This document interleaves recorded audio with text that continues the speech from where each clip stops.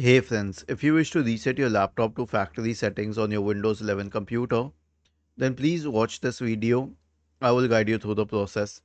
So right click on the start button and select settings from the menu. Go to the system tab on the list on the left hand side. In the right pane, select recovery. Click on reset PC.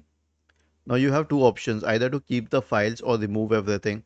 Removing everything means removing everything, and keeping the files means that it will keep your personal files but it will remove apps and settings.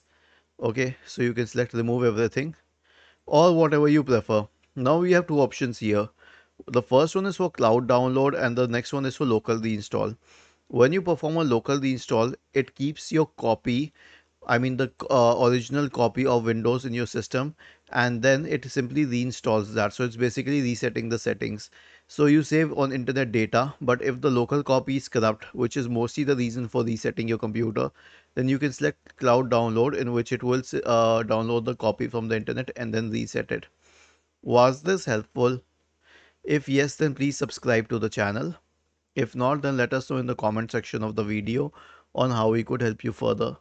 Thank you for watching this video and have a nice day.